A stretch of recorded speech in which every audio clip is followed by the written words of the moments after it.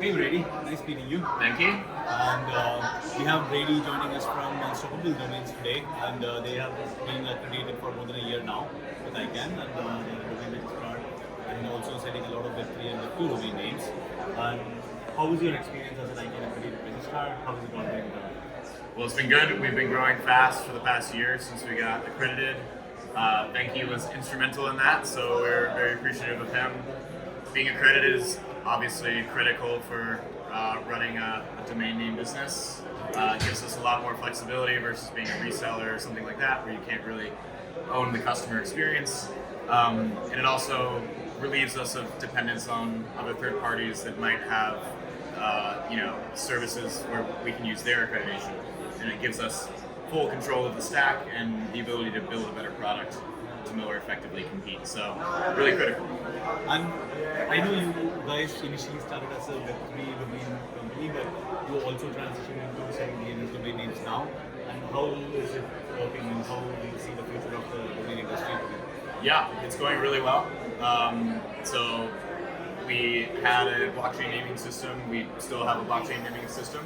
And for the past year, we've been bootstrapping the Web2 side of the business, building out a marketplace, landers, and all the requisite things that domainers need to use a registrar. In terms of melding the two, we're taking a hybridized approach. It makes a lot of sense for natively digital assets like domain names to have on-chain representation so that you can connect with on-chain capital markets and traders and basically leverage all of this open financial infrastructure that's being built on-chain to make the assets more liquid, to provide new products like lending, and then all the alchemy that's more speculative, things like fractionalization and other things. So we're very excited to build out and improve the utility of this hybridized approach. So recently there's a lot of talk about fractional ownership of domain names, and how does it help for you being a registrar, that fractionalization and tokenization of domain names as a digital asset? How does it all work out? Sure. Well, we don't have any fractionalization products right now. There are a couple of other Web3 companies experimenting in this area. We're keenly watching. It's good to see experimentation. So we wish them luck. Not something we're working on immediately, but it's certainly interesting.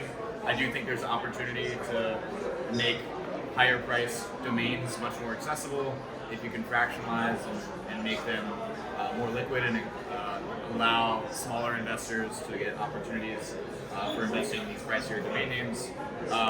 So there's clear benefits. It's just a matter of building it and making sure the T's are crossed and the I's are dotted. And what is your opinion about domain investors, and do you think so there is a place for a product like a ETF or a mutual fund kind of thing in domain names in some in future? Sure.